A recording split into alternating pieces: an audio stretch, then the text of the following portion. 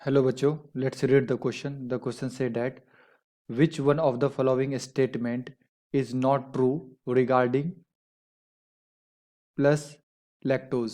तो हमसे पूछा जा रहा है कि कौन सा स्टेटमेंट सही नहीं है प्लस लैक्टोज के रिगार्डिंग। एंड ऑप्शन फर्स्ट में दे रखा है on hydrolysis plus lactose gives equal amount of D plus glucose and D plus galactose. Second option में दे रखा है plus lactose is a beta glycosides formed by the union of a molecules of D plus glucose and a molecules of D plus galactose. Third में दे रखा है बच्चों plus lactose is a reducing sugar and does not exhibit mutarotation. And fourth में दे रखा है plus lactose C12H22O11 contain 8 OH groups. तो आइए चेक करते हैं कि कौन सा स्टेटमेंट यहाँ पे इनकरेक्ट है, गलत है। तो अगर मैं बात करूँ यहाँ पे बच्चों की कॉन्सेप्ट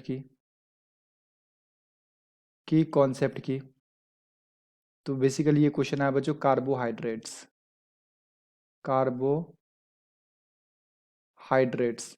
ठीक है। एंड हमसे जो स्टेटमेंट पूछा गया है वो रिगार्डिंग प्लस लैक्टोज के रिगार्डिंग पूछा गया है। तो इसका सबसे पहले हमें क्या बनाना पड़ेगा, स्ट्रक्चर बनाना पड़ेगा एंड देखना पड़ेगा कि इसके अंदर कौन से मोनोसेक्राइड्स के यूनिट प्रेजेंट होते हैं, ठीक है। तो देखो इसका स्ट्रक्चर कुछ इस तरह से होता है।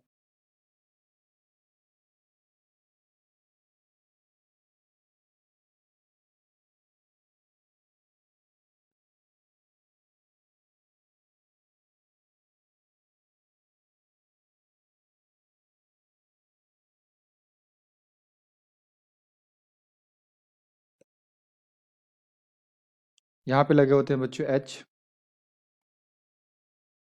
यहाँ पे CH2OH, यहाँ पे H, OH, H, यहाँ होता है H, OH, OH and H, ठीक है। इसी तरह से यहाँ पे भी होंगे। यहाँ होता है बच्चों H, OH, OH, H, OH, H, CH2OH and H। तो ये हमारे पास है बच्चों प्लस लैक्टोज, ठीक है। इसके अंदर जो एक यूनिट होता है ये होता है बच्चों बीटा डी ग्लैक्टोज का, एंड दूसरा यूनिट होता है बीटा डी ग्लूकोज का। तो ये बात आपको याद रखना है, ठीक है। एक होता है ग्लैक्टोज और एक होता है ग्लूकोज। अब हम लोग क्या करते हैं बच्चों, ऑप्शंस को चेक करते हैं।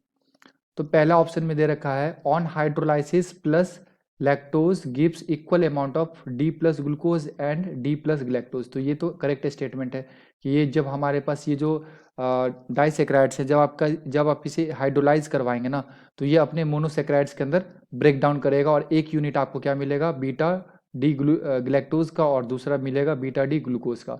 तो first statement is true. Second check करो।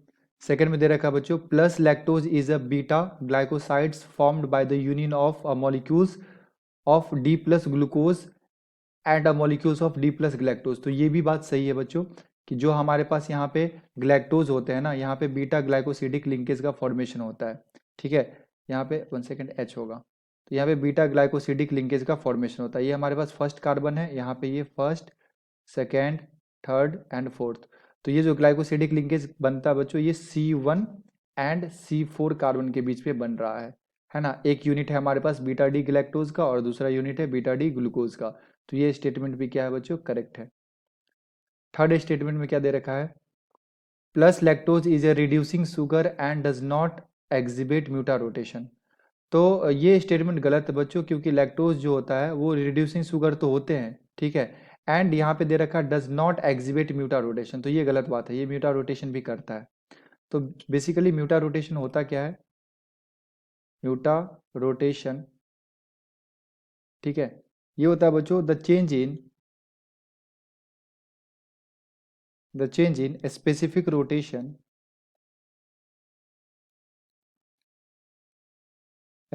Rotation, of the solution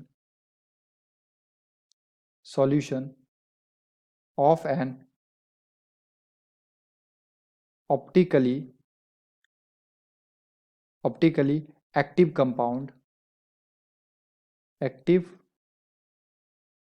compound without any change in other property. Okay, तो जो भी हमारे पास म्यूटा रोटेशन करेंगे तो वो उसका एक स्पेसिफिक रोटेशन होता है। जो भी हमारे पास सेक्राइड्स होते हैं ना, वो एक्वस सॉल्यूशन के अंदर में उसका रोटेशन होके वो अपने एनोमर्स के साथ इक्विलिब्रियम में आ जाता है। तो इसे हम लोग क्या बोलते हैं बच्चों? म्यूटा रोटेशन बोलते हैं। तो ये म्यूटा रोटेशन कौन करते हैं? तो इसके लिए मेन कंडीशन ये है कि म्यूटा रोटेशन वो करेगा जिसके पास म्यूटा रोटेशन वो स्पेसिस करेंगे जिसके पास मेन कंडीशन होगा कि वो उसके पास फ्री अल्डिहाइड ग्रुप होना चाहिए, फ्री अल्डिहाइड ग्रुप होना चाहिए, या फिर फ्री आपका कीटो ग्रुप होना चाहिए, ठीक है, या हेमी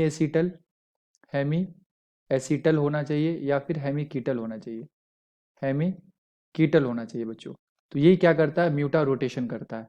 तो अगर आप लैक्टोज का यहाँ पे स्ट्रक्चर देखो, तो यहाँ पे बच्चों ग्लाइकोसिडिक लिंकेज जहाँ पे बन रहा है ना, यहाँ पे जहाँ पे ग्लाइकोसिडिक लिंकेज यहाँ पे बन रहा है, इसके अंदर भी ग्लूकोज के अंदर भी बन रहा है ना, C1 के साथ, और यहाँ पे इसका हो जाएगा ये कौन सा, ये हो जाएगा 1 2 3 4 एंड 5। तो यहाँ पे 1 कार्बन और 5 कार्बन के बीच में देखो बच्चों, 1 कार्बन और 5 कार्बन है ना, ग्लूकोज के 1 कार्बन और 5 कार्बन के बीच में ग्लाइकोसिडिक लिंकेज भी यहाँ पे बन रहा है, और यहाँ पे एक OH ग्रुप है, that is hemiacetal group present है। तो अगर ये हेमी एसिटल ग्रुप प्रेजेंट होगा तो ये कैसे है? रिड्यूसिंग शुगर तो है ही, साथ में ये क्या करेंगे बच्चों? म्यूटा रोटेशन भी करेगा, ठीक है, म्यूटा रोटेशन भी ये करेगा। तो थर्ड ऑप्शन क्या दे रखा है यहाँ पे? स्टेटमेंट रॉन्ग दे रखा है ना, डज नॉट लिख रहा है, यहाँ पे लिख रहा है does not exhibit mutarotation, but ये करता है। तो ये स्टेटमेंट गलत है, और हमारा जो अप्रोप्रिएट और करेक्ट आंसर होगा ये भी क्या होगा? ऑप्शन नंबर 3 ही हो जाएगा बच्चों, ठीक है। और 4 में दे रखा है plus lactose C12H22O11 contain 8 OH group, तो इसे भी चेक कर लो, 8 OH ग्रुप होंगे। तो एक यहाँ है, 1 2 3 4 5 6 7 और 8, ठीक है। तो ये स्टेटमेंट भी क्या है? करेक्ट है। तो हमारा क्या हो जाएगा? Not correct statement is option number 3, ठीक है। So our appropriate answer is option number 3। I hope you will be understood it well. Best of luck, thank you.